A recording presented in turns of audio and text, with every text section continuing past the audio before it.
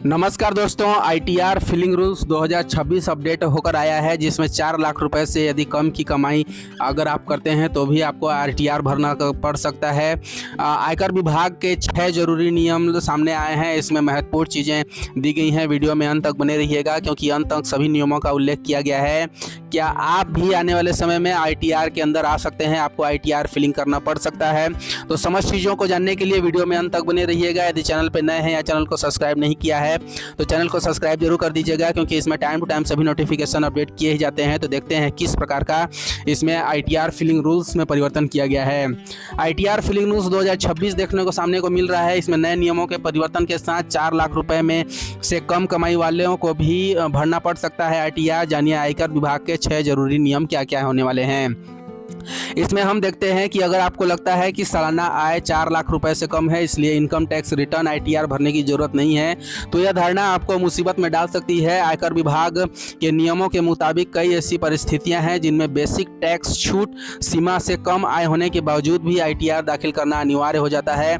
ऐसा नहीं करने पर भविष्य में नोटिस, पेनल्टी या अन्य कानूनी परेशानियों का सामना करना पड़ सकता है। मतलब आईटीआर फिलिंग करना अनिवार्य हो जाएगा। असेसमेंट ईयर 2026-27 के लिए बिना लेट फीस आईटीआर दाखिल करने की आखिरी तिथि 31 जुलाई 2026 है। आयकर विभाग के अनुसार अब तक 3 करोड़ से अधिक करदाता अपना रिटर्न दाखिल कर चुके हैं। ऐसे में अगर आपने अभी तक आईटीआर फाइल नहीं किया है तो पहले यह जरूर जान लें कि कहीं आप भी उन लोगों में तो शामिल नहीं हैं जिनके लिए कम आय होने के बावजूद आईटीआर भरना जरूरी है।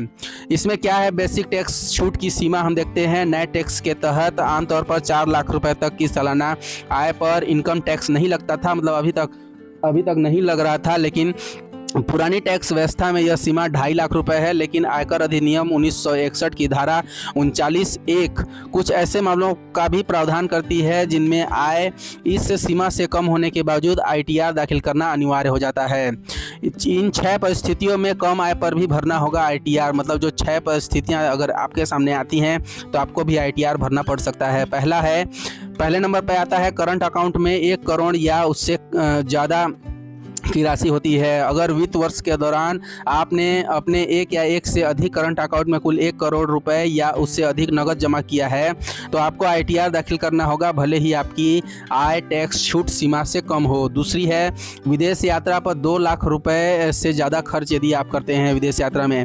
यदि आपने अपने या किसी अन्य व्यक्ति की विदेश यात्रा पर जैसे हवाई टिकट, टूर पैकेज या अन्य यात्रा खर्चों पर 2 लाख रुपए से अधिक खर्च किया है तो आपको भी आईटीआर भरना अनिवार्य होगा। तीसरा है बिजली बिल 1 लाख रुपए से ज़्यादा अगर आता है, पूरे वित्त वर्ष में आपके नाम पर 1 लाख रुपए से अधिक का बिल आता है तो आय कम होने के बावजूद आपको इनकम टैक्स रिटर्न दाखिल करना होगा। उसी प्रकार से टीसीएस तय सीमा से ज़्यादा कटा हो। यदि वित्त वर्ष के दौरान आपका कुल टीडीएस या टीसीएस 25,000 रुपये या उससे अधिक है तो आईटीआर भरना जरूरी है। वहीं 60 वर्ष या उससे अधिक उम्र के वरिष्ठ नागरिकों के लिए यह सीमा 50,000 रुपये तक की गई है। सेविंग अकाउंट में 50 लाख रुपए या उससे ज़्यादा की राशि यदि आप जमा करते हैं तो आपको भी आईटीआर भरना पड़ेगा।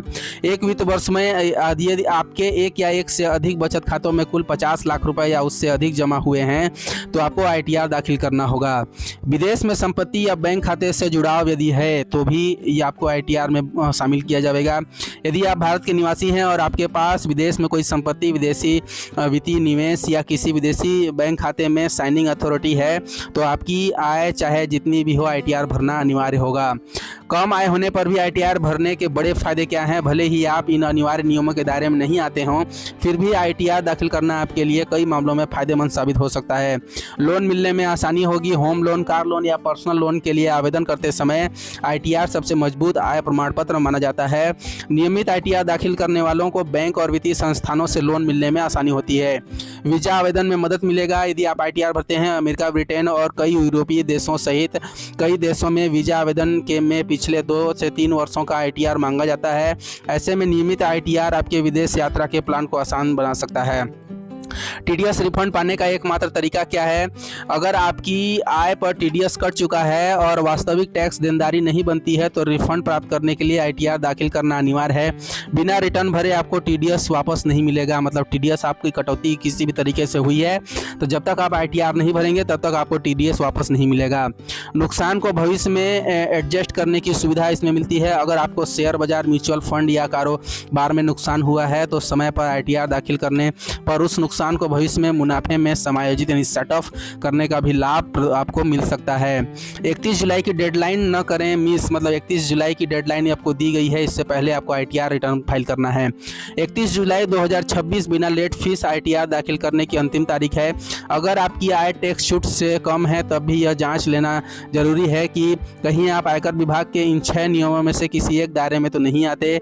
समय पर आईटीआर दाखिल करने से न केवल कानूनी परेशानियों से बचा जा सकता है बल्कि लोन, वीज़ा, टैक्स रिफंड और भविष्य की वित्तीय जरूरतों में भी इसका बड़ा फायदा देखने को मिलता है। तो आयकर विभाग से लेकर जो 6 नियम सामने निकल कर सामने आए हैं, यदि आपकी आय कम है या ज़्यादा है, इन नियमों के अधीन अगर आप आते हैं तो आपको आईटीआर फिल करना अनिवार्य होगा। 31 जुलाई उसकी अंतिम तय सीमा निर्धारित की गई है। उसके बाद यदि आप आईटीआर भरते हैं तो आपको लेट फीस के साथ ही आईटीआर भरना होगा।